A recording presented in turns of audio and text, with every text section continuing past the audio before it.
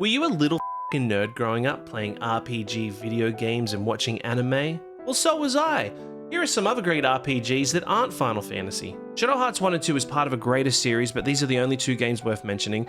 Imagine if Final Fantasy was set in the real world with a mix of horror and a load of sex appeal. The three things you want in an RPG is good story, good combat, and good characters, and this thing nails all three. It also is incredibly dark. There are some really messed up stuff in this game. There is a lot of murder, there is a lot of talk about sex, and they have this thing called the Judgment Ring in combat where it spins around where you have to hit the timing right to do max damage. And also the main character Yuri has this ability where he can turn into like demons and monsters. It's a big driving factor of the game. Breath of Fire 3. Released in 1997, this is one of my all-time favorite RPGs. It has fantastic storytelling, basic but addictive combat, incredible characters, and the pixel art still holds up today. Sadly, this game got into the ground by the launch of Final Fantasy VII, and Capcom struggled to get a leg up during that dominant Squaresoft RPG era. So look, Capcom, if you're listening, please bring it back. I can't keep reading over-sexualized fanfiction just to get my Breath of Fire 3 fill. Wild Arms 1. It was released on the PlayStation 1 in 1996, and this game has a mixture of Western, anime, and medieval into one game. I cannot express in words how good the story of this game is.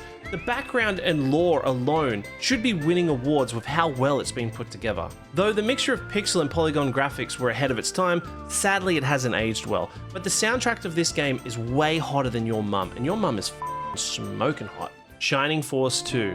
This is my OG. This is my baby boy. This is where it all began for me.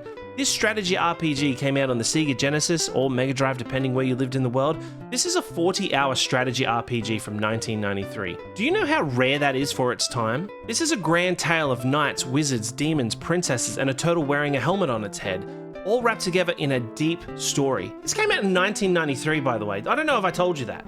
This is a semi-open world game where the combat pits two armies against each other in strategy battles, and when you win, especially at a young age, you feel like a genius because the battles are quite hard.